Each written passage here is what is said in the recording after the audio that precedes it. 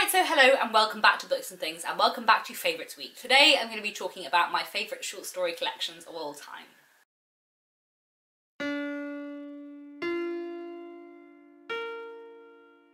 So I would quite like to reread all of these. Out of the 5 of them, I've read one of them twice and all the rest of them only once, so I would definitely like to reread these at some point in the future. Regardless, I love all of these a great deal and would highly recommend all of them. At number 5 we have Revenge by Yoko Ogawa. This is a Japanese short story collection translated by Stephen Schneider and one that I absolutely love.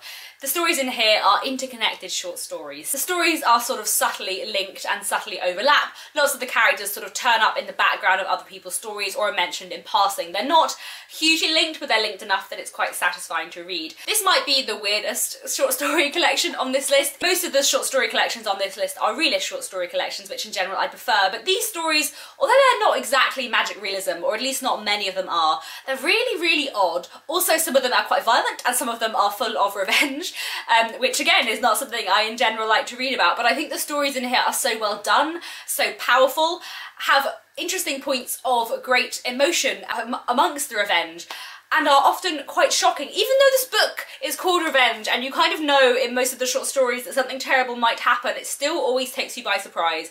It is absolutely brilliant, really, really fascinating, and definitely one I would recommend reading. At number 4 we have The Not Dead and the Saved by Kate Clancy. I love Kate Clancy a lot and I think she's quite an underrated author, at least on BookTube. I don't hear her spoken about very much. She is one of those people who is far too talented because she is a very, very good short story writer, a very, very good novelist, and a very, very good poet. I've really enjoyed reading her poetry before, and her novel Meeting the English is brilliant as well. But this short story collection is probably my favourite thing by her and I absolutely loved it. She writes in a really clear and beautiful way. These are generally realist short stories and done so powerfully and so movingly at points as well. And one of the things I really love about this collection is that a lot of the stories focus on motherhood and sort of mother-child relationships, both sort of biological and also sort of surrogate mother relationships. And I think the way that Kate Clancy explores motherhood in this collection is so beautifully done and so really fascinating. I think it's such a beautiful, beautiful collection and one that I definitely recommend. There are stories in here that are incredibly sad, but also moments of real sort of beauty and happiness, and it's definitely a book that I would really,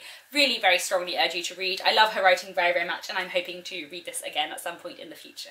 At number 3 I have Kitchen by Lanani Yoshimoto. This is another Japanese book and this is translated by Megan Backus. I hesitated a bit before including this as a short story collection because there are only 2 stories in here. There is the story Kitchen and the story Moonlight Shadow. However, as I love both Kitchen and Moonlight Shadow so much and also think they complement each other quite well, I thought that I would include this in my favourite short stories rather than putting Kitchen in my favourite sort of novels. I love both of the stories in here a lot and I think they're really, really well done. Both of them deal mainly with themes of grief, but also with themes of gender identity, with themes of growing up and coming of age, and also with the theme of food, which is really, really important in both of these stories and something I really like about it.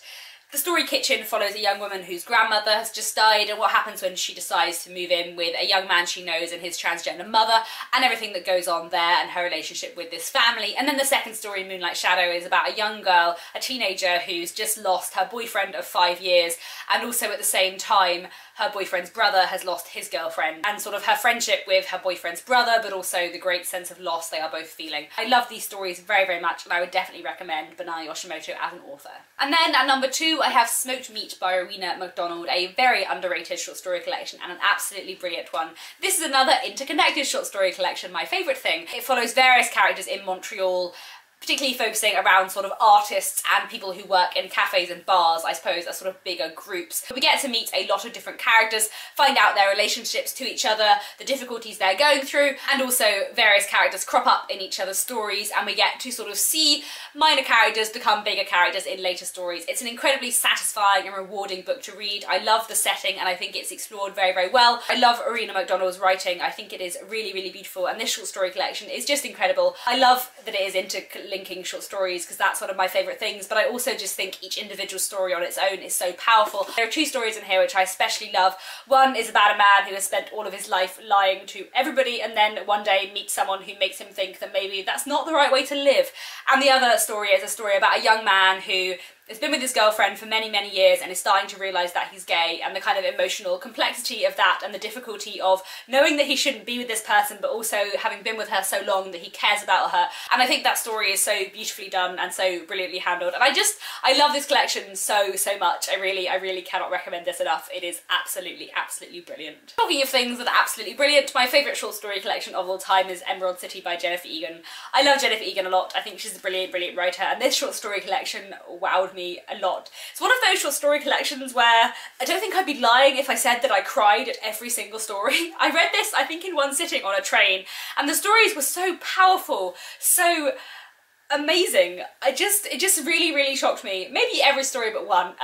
The first story is not my favourite in the collection, and if you've started it and only read the fourth story, you really have to move on and read the rest, because I think it gets better with sort of every story as we go through. Stories take place in a lot of different countries and we follow a lot of different kind of characters, but the thing I think is so good about this, which is so good about Jennifer Egan in general, is one, her writing, and also the way she develops characters and the way she manages to get across such a strong sense of characters' relationships with each other. There's one story in here which I remember really well, although it's been years since I read this, and it's called One Piece, and it's about the relationship between a young girl and her brother after their mother's death. And I just think it's so absolutely well done, and it's so beautiful. I love this story collection so much. Like I said, every story moved me massively, and it's just so utterly brilliant, and you must read it. Please do that. So those are my top 5 favourite short story collections. Let me know down in the comments if you have any recommendations for me based on the ones I've talked about. Like I said, I do mostly prefer realist short story collections, although that can vary. And yes, thank you very much for watching, and I'll be back tomorrow with the next part of Favourites Week to talk about my top 5 favourite poems.